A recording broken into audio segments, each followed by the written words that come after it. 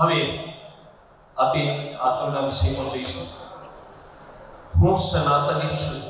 મને સનાતની મારા વડીલો તરફથી વારસો મળ્યો છે. મારી પણ કંઈ ફરજ બને છે. મારા આગામી વારસાને એક સનાતની હોવાનું ગૌરવ મને અર્પણ કરવાનું છે. આવા જ કંઈક વિષય લઈને આપણી પાસે આવે છે ચંદ્રકાંતભાઈ છાવૈયા. ચંદ્રકાંતભાઈ આવો અને આપણા વડીલોએ સનાતની આપણે ગૌરવ અપાવ્યું છે એના માટે આપણે વિગતે વાત કરો. ચંદ્રકાંતભાઈ છાવૈયા.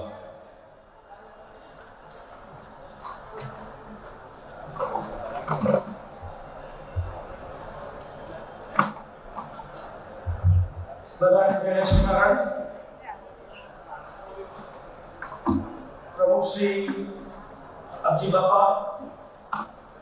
मंचस्थ वडीलो ने आप साथ बैठा बता उद्बोधन में समय नहीं वरतो सीधा मुद्दा पर आऊं. कुछ से कुछ सरल बात करवा આવ્યો છું. સમજણ પડે સાદી ને ગળે ઉતરી શકે એવી વાત કરવાનો પ્રયત્ન કરું છું. હું સનાતની છું. સનાતની ગૌરવ છે એવો જે મને વિષય આપવામાં આવ્યો છે એની બાબતમાં આપણા બધાની અંદર ક્યાંક ને ક્યાંક સનાતની ગૌરવ છે એટલે જ આપણે અહીંયા ભેગા થયા છે.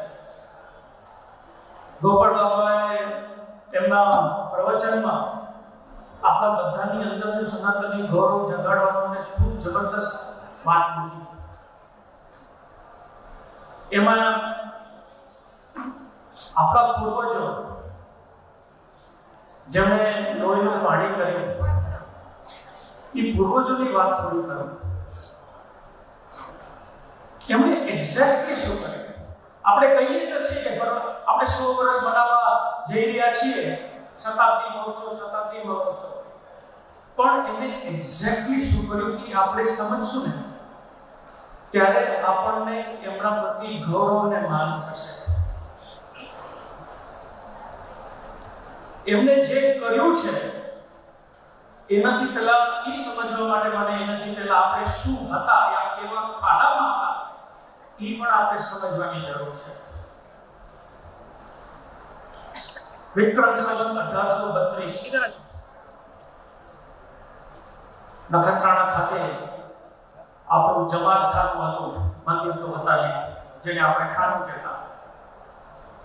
જમાત ખાનામાં આખી નાદ ભેગી કરવામાં આવી અને આપણને આપણા હિન્દુ મૂળ, આપણા સનાતની મૂળ કાપવા માટે મુખ્યત્વે ઠરાવ કરવામાં આવ્યા. એક કે આપણે બ્રાહ્મણોના હાથે વિધિ વિધાન કરવું નહીં. લગ્ન કરવાને સારા માઠા પ્રસંગો પણ એમના હાથે વિધિઓ નહીં કરવી અને મરણ પછી દફનાવવું. આવી રીતે આપણા મૂળ ઉપર અસંખ્ય પ્રહારો થયા. અને ટૂંકમાં તમને વાત કરી, વાત વિશ્લેષણ કરીએ તો બહુ લાંબી છે. બીજો જે સંવત 1832 માં મહત્વનો ઠરાવ થયો એ આપણા વહીવંચા પાસે આપણા નામો વંશાવળી લખાવી નહીં, વહીવંચાઓને ત્યાગ કરવામાં આવ્યો. આ આપણા હિન્દુ મૂળ કાપવાનો પ્રયત્ન હતો. પણ જેમ ગોપાલ બાબાએ એમની વાતમાં એક વાત કરી, વિશ્રામ બાપા નાકરાણીની જે વાત મૂકી કે આપણે ગોકુળ અષ્ટમી બનાવી નહીં, મનાવતા જ રહેજો, છોડવી નહીં. એ જે વાત, જે વચન નાન પાસે લેવું એ ધન્ય હે આપણી માતાઓ બહેનોને કે એને આ દિવસ સુધી પાડી. પણ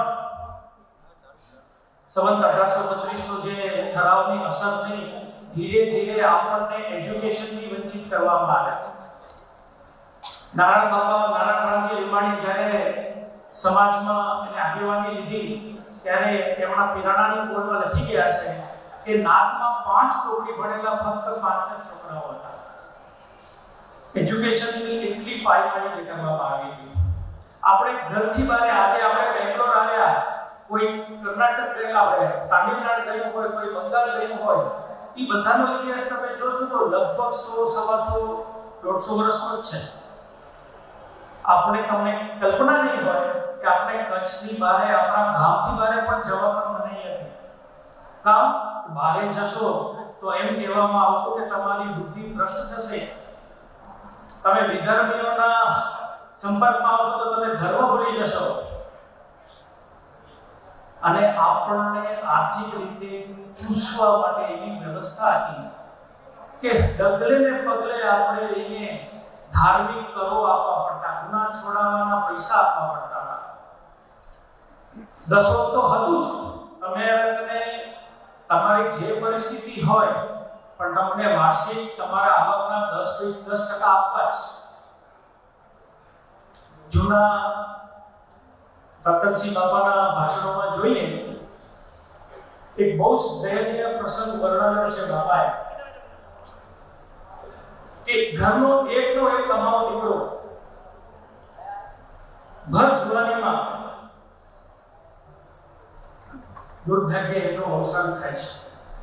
ઘરમાં બે માતા અને પિતા, બે વડીલ હોય છે બુઢા, એકને એક પોતરું હોય બાપાઓ અને એમના પત્ની હોય. ઘરમાં કોઈ વસ્તુ એના પાસે હોય નહીં, પણ પીરાણાના જે એજન્ટ બની બેઠેલા મુખીઓ હોય, ખાનાના કાકાઓ હોય, એને ફરજ પડાવી કે માણસ ગુજરી જાય ને તો કમ્પલસરી તમારે દહાડો કરવો. દહાડો એટલે કે ગુજરી જાય એટલે તમારે એની નાતને જમાડવો હોય, એટલે આગેવાનોને બોલાવો, પૈસા આપો તો ઈ આવે. એટલું બધું દબાણ કર્યું કે એનું એક જે બાળક હતું, એ જે ગાયનું દૂધ પીતું હતું ને, એ ગાય પણ વેચાવડાવી. અને ઈ સમાજ વ્યવસ્થા જે 1938 માં આવી આપણા પાસે, એ સમયાંતરે પછી પરબત લખુ બાપાના ગેટપણ કે રજિસ્ટ્રેશન કાયદાકીય રૂપ આપવો હતો, એટલે પછી એડોક કમિટી બનાવવામાં આવી અને ઈ સમાજ પછી 1960 માં રજિસ્ટર થઈ. આપણી આ સમૃદ્ધિના પાયામાં આ સમાજનો બહુ મોટો ફાળો છે. કોઈ એમ કહેતો હોય સ્થાનિક સમાજ, ઘટક સમાજમાં કેન્દ્ર સમાજથી શું લાગે પડે, આપણે શું ફરક પડે, આપણે અહીંયા મજા જ કરી ગયા. કેન્દ્ર સમાજ છે એ એવી માં છે ને, એ ઉમા બેઠે બેઠે ગમે ત્યાં બેઠે આપણી ચિંતા કરતી હોય. આજે આપણામાં એક દાખલો આપો, આજે આપણામાં દહેજ પ્રથા નથી એટલે આપણે મજા છે, પણ આજના યુવાનોને ખબર છે ખરી કે દહેજ પ્રથા કેમ નથી આપણામાં? એનું પાછળ છે ને કેન્દ્ર સમાજ છે. આજ નાતના રીત રિવાજો જે ઘડવામાં આવ્યા છે 100% ન પડે, આપણે સમજીએ, કારણ કે બધાના ઘરની પરિસ્થિતિ, સામાજિક પરિસ્થિતિ, એના ધંધાની પરિસ્થિતિ થોડી અલગ હોય, પણ એક દિશા સૂચન હોય. જે પ્રિન્સિપલ્સ, જે પોલિસી ડિસિઝન કેન્દ્ર સમાજ લેતી હોય આપણી, એ ડિસિઝનની જે અસર ધીરે ધીરે જોગમાં આવે, ઘટક સમાજોમાં આવે ને, એના લાભો આપણે આજે લઈએ.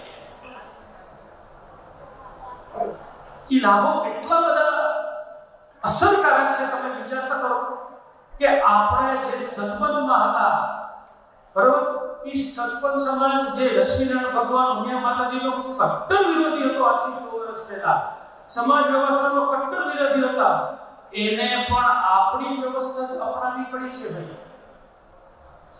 આજે પીરાણામાં એને લક્ષ્મીનારાયણ મૂર્તિ, ઉમિયા માતાજીની મૂર્તિ બિહારી, એમાં આપણે છેતરવાની જરૂર નથી, પણ આ વ્યવસ્થા કેટલી સજ્જડ છે ને, એ આપણે કલ્પના જનરલી ના આવતી, આપણે શબ્દોમાં વર્ણન ન કરી શકતા હોય, આપણે રોજબરોજ ટચમાં ન હોય. આપણા સૌના લાડલા પ્રેમજીભાઈ કેસરાણીની એક વાત મને બહુ સરસ યાદ આવે છે. આપણે જમતા હોઈએ, અહીંયાની ભાષામાંથી કે સાંભાર આવતો હોય ગંજીમાં, તો એમાં મીઠું લીમડાનું પાનું આવે ને, તો પેલું આપણે બહાર કાઢી નાખીએ. કેન્દ્ર સમાજ માટે છે ને આવું કહેવામાં આવે કે મીઠો લીમડો કઈ બહાર કાઢી કેન્દ્ર સમાજની જરૂર નથી, પણ એ મીઠો લીમડો આપણા શરીર માટે જે કામ કર્યું ને સાંભારની અંદર છે ને, એ ખબર હોવી જોઈએ. તમે એમ બારે કાઢવાનું પાનું લઈને ઉતારી પાડવાનું ન હોય. આપણા અસ્તિત્વના, આપણા ગૌરવની જો ક્યાંક બીજ જો હોય તો એ કેન્દ્ર સમાજ, આપણે મક્કમતાથી એની સાથે રહેવું જોઈએ. ચોથી વાત, આપણે સનાતની હોવાનું જે પાયાનું જે કામ કર્યું છે એ છે શિક્ષણ. આપણે બૌદ્ધિક રૂપે એટલા બધા પાયમાં હતા ને કે ધર્મના ગેટેરાઓ આપણે જે કંઈ પીરસતા આપણે તો ભાઈ એને સવાલ જવાબ ન કરાય, આપણે પાલન જ કરવાનું. આપણામાં એટલો ડર બેસાડ્યો. આપણે ધર્મના ચોપડા વાંચશું તો સારું ખબર પડી જશે કે આ સત્પંચ શું છે, આ ઇમામ સાહેબ આપણે કઈ રસ્તામાં લઈ જવા માંગે છે, એટલે શિક્ષણથી વંચિત કરવા માંગે.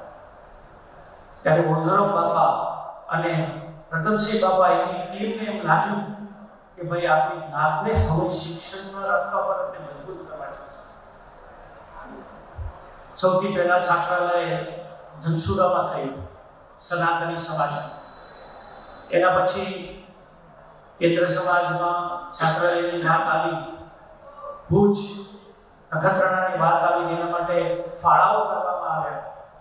જૂના અહેવાલોમાં મુંબઈ, નાગપુર, કલકત્તામાં વડીલો પ્રવાસ કર્યા, ફાળાઓ ભેગા કર્યા જમીનો લેવા માટે, અને ઈ ફાળાઓ જમીનોની બધી ટીમો જે બની એ ટીમોએ પછી આગળ જતા નખત્રાણામાં આપણું છાત્રાલય ઉભું કર્યું, કન્યા છાત્રાલય ઉભું કર્યું, બૌદ્ધિક રીતે મુક્ત થવા માટે.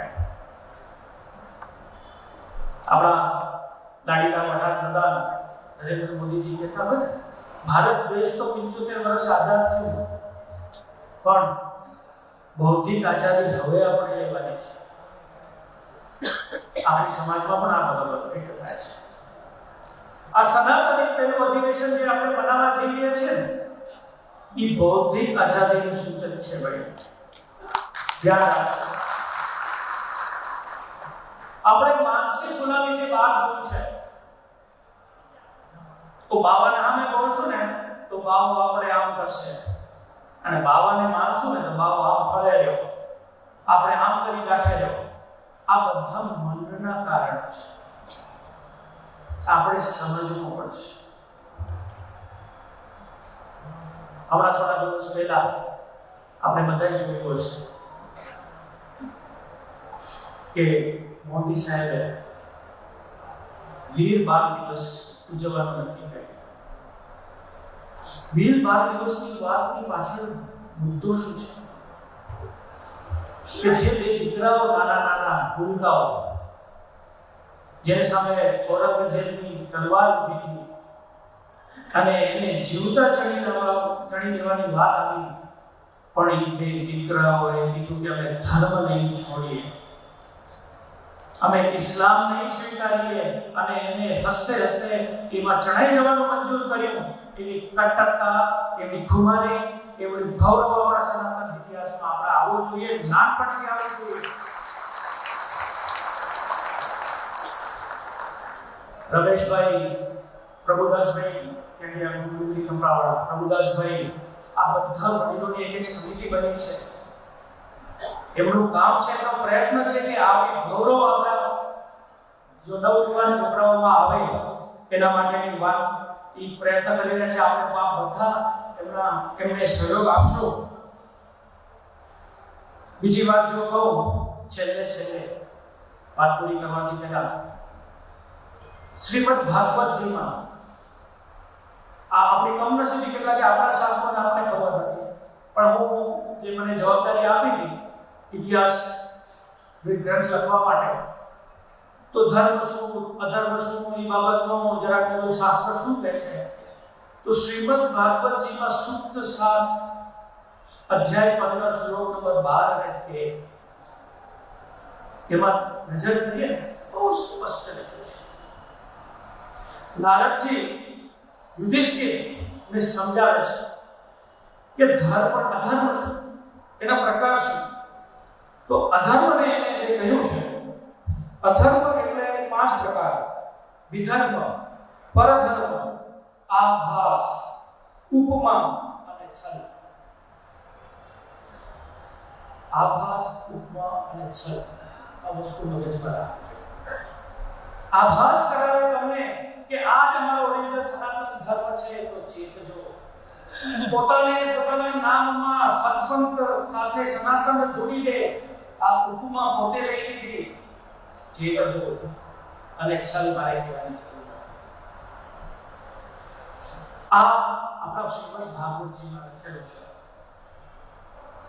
વધારે એમાં નથી કહેતો, પણ વિધર્મ સ્વરૂપ અધર્મ સ્વરૂપ 13મા શ્લોકમાં એ બધું લખ્યું છે. સાથે સાથે સનાતનની વાત આવે છે ત્યારે બૌદ્ધિક આઝાદી, માનસિક આઝાદીની જે વાત આવે છે ત્યારે આપણી બુદ્ધિને કંટ્રોલ કરવા માટેનો જે પ્રચાર ચાલે છે ને આપણા વિરોધીઓ મારફતે, એને પણ સમજવું. અરે ભાઈ, આપણે તો બધા એક છીએ, આપણું લોહી એક છે. આપણે એકતા સંગઠન રાખજો તો જ આપણો વિકાસ થશે. એવી વાતથી કહેતો જો ભાઈ. એકતા સંગઠન કેના સાથે ભાઈ? શા માટે? એકતા સંગઠન એટલું બધું સૂત્ર જોરદાર હોય તો પેલા સમાજવાળાને ભાઈને કહીને કે ભાઈ તમારા સમાજમાં સંયોગોને તમે અત્યારે દૂર કરો છો, એની સાથે પેલા એકતા સંગઠન કરો. તમારા ધર્મનો પોતા જી છે. મુસલમાન આપણા કડવા પાણીદારોમાંથી મુસલમાન બની ગયા છે. વાંકાને સાહેબ કાલે પ્રવક્તા આપણા નહીં, વાંકાને લેવા બાકી જમાત છે. કરો ને એકતા સંગઠન, કરો એના બેટી વ્યવહાર ચાલુ. લોહણાઓએ ફોજાઓ સાથે સંબંધો કાપી નાખ્યા. એકતા સંગઠનની વાત નથી, પણ અહીંયા એકતા સંગઠન કહી અને જે ઉપમા એ લોકો પોતાને આપી છે સનાતન ધર્મ હોવાનો, હું શ્રીમદ ભાગવતનો શબ્દ જે મેં ઉપમા વાપર્યો એને ટકાવી માટે ટકાવી રાખવા માટે એકતા સંગઠનનો આ સૂત્ર કીધું છે.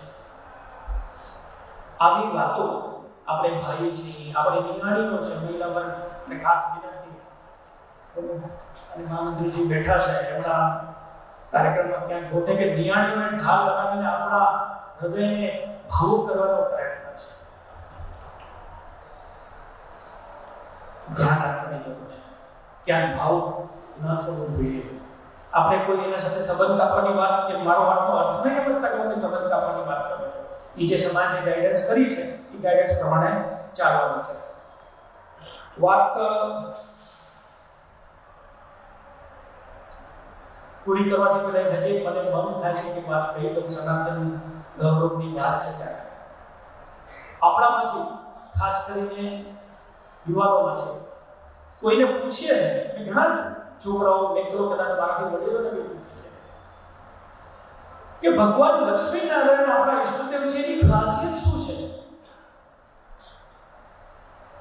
આપણે એના માટે ગૌરવ હોવું જોઈએ કે પછી આપણે કોઈ બીજા પંથ, ગુરુ, સંપ્રદાય, એના જે પ્રચારકો છે એની વાતમાં આવીને આપણે એના તરફ જવું જોઈએ? તમારો શું વિચાર છે? ભાઈ એ તો ખબર નથી. અમને ખબર છે કે લક્ષ્મીનારાયણ ભગવાનનો આપણે વર્ષોથી બાપ દાદા કરતા આપણે કરવાનું છે, પણ તમને કોઈ તમારા લક્ષ્મીનારાયણ ભગવાનને બારેમાં નબળી વાત કરતો હોય અથવા તમારી સામે કોઈ બીજી અતિ ઊંચી વાત કરતા હોય, એનો હેતુ સારો ન હોય તો તમે એનો પ્રત્યુત્તર કેવી રીતે આપો છો? તો કે એ નથી ભાઈ મારી પાસે જવાબ. અને જવાબમાં આપણે સમજવાની જરૂર છે કે લક્ષ્મીનારાયણ ભગવાન આપણને ઉદ્ધવરામજી મહારાજે શા માટે આપ્યા? રામ, કૃષ્ણ બધા હતા, કઈ 33 પ્રકારના દેવતાઓ હતા આપણી પાસે, પણ લક્ષ્મીનારાયણ શા માટે? જ્યારે આ વાત સમજશો છે હું કહીશ તો મને ખાતરી છે કે તમને બધાને ગૌરવ થશે અને તમને બધાને જવાબ આપવામાં ગૌરવ થશે. હિન્દુ ધર્મમાં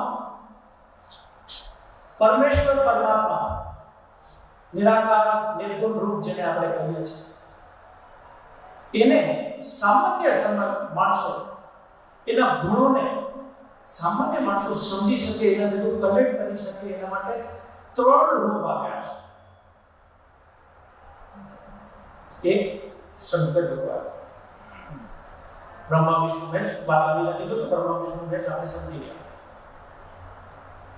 આ જે છે ને 3 જે રૂપ છે એના કોઈ જન્મ નથી, એના કોઈ મૃત્યુ નથી, એના કોઈ બાપ નથી, એના કોઈ દીકરા નથી, એનો આદિ નથી, એનો અંત નથી. જ્યારે રામ કેશવ કૃષ્ણ કહેશો કે બીજું કોઈ બી અવતાર કહેશો, એ ક્યારેક આવે ક્યારેક એમનો કાર્યકાળ પૂરો થઈ જાય. પણ લક્ષ્મીનારાયણ ભગવાન જે છે એ છે ને એ સનાતન ધર્મના મૂળમાં આપણે મૂકે છે.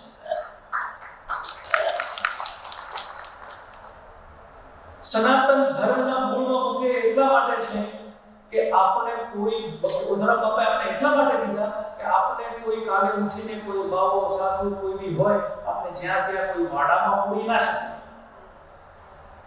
આપણે ભેગા મળીને આપણા હિત માટે આપણે જે સારું લાગે આપણે પોતે નિર્ણય લઈશું. આપણે કોઈ બીજા પર આપણે વાડ નહોતા એક બાવામાંથી ફૂટ્યા હતા, વળી કેમ બીજા બાવા? સનાતન ધર્મમાં શિવ પાર્વતી, આપણે ઉમિયામાં અને શંકર બાપા એને આપણે કુળદેવી કુળદેવતા તરીકે માનતા હતા. બીજું જે રૂપ છે નારાયણ, એમાં લક્ષ્મી નારાયણ આપણને ઈષ્ટદેવ તરીકે અને બ્રહ્મા અને સરસ્વતી આ ત્રીજું જે રૂપ છે એ તો આપણે સરસ્વતી એટલે આપણા જ્ઞાનના દેવી છે એને આપણે માનીએ છીએ. આ રીતે આપણે જે સનાતન ધર્મના મૂળમાં હોવું છે એ સોચી સમજીને આપણે આપ્યા છે. બાકી તમને જે બી પ્રચાર કરે, હું કોઈનું નામ કે કોઈને ઓલું નથી કહેતો, કદાચ કોઈ બાળ તંદુરસ્તી કાપી ન દેતા, પણ એ બધા છે ને એના પેટા ભાગે છે. મૂળ રૂપ આપણે આ છે એને સમજવાની જરૂર છે. અને છેલ્લે એટલી વાત કરીશ કે આજે બધા વડીલો બેઠા છે, અહીંયા હોય કે અહીંયા હોય, બધાના નામ કદાચ હું નથી લઈ શકતો, પણ બધાના ચહેરાઓ યાદ છે. નામ લઈશ તો લાભ થશે. બધા મિત્રોને ક્યાં કહેવા માંગુ છું, આ બધા છે ને આપણી ચિંતા કરવા વાળા માણસો છે. કોઈનો ઉપર કોર્ટ કેસ ચાલતા હશે, સમાજમાં કામ કરેલા એટલે કોઈકને ધક્કા ખાવાના બધા હશે, કોઈ પ્રવેશભાઈ જેવાને એના પણ દાદા ને એના ઉપર કેસો થયા, એ એના માટે નથી કર્યા, એ તમારા ને મારા માટે કર્યા છે. એ આપણા માટે લડ્યા છે. તમને ભ્રમિત કરવા માટે નીચેની સ્થાનમાં કદાચ આડી એવડી મીઠી કડવી વાતો થશે. આ બેઠા કોઈ કામ નથી, આ બેઠા કે દીક્ષ નથી, પોતાની સિદ્ધિ માટે કરે છે, પણ એ વાતની ડંકારતા નહીં. આ આપણા માવતર છે. આ બધા તમે બધા છો. એ ચિંતા કરવા વાળા માણસ છે, એને બધી જ બાબતનો ખ્યાલ હોય છે. જેની જાણી બધી બાબતો ખ્યાલ છે ને એ બધાની વચ્ચે પરિસ્થિતિમાંથી જે રસ્તો કાઢતા હોય, જે નિર્ણય લેતા હોય, એને આપણે વફાદારીપૂર્વક ખૂબ મક્કમતાથી પાડીને વળગી રહીએ. કદાચ આપણે અવગણ સગવડ પડતી હોય તો આપણે એને માર્ગમાં જ્યાં ત્યાં વાતો ના કરીએ, એને વડીલો આપણા પાસે ગમે ત્યારે કરી દે છે. એની સાથે વાતો કરી આપણી સમાજ સાથે આપણે જોડાયા રહીએ. આપણે પ્રાર્થના કરું છું બધાને અને એ વાત કરીને મારી પૂરી કરું છું. આપને મને મોકો આપ્યો અને શાંતિથી સાંભળ્યો એ બદલ આપ બધાનો ખૂબ ખૂબ ધન્યવાદ.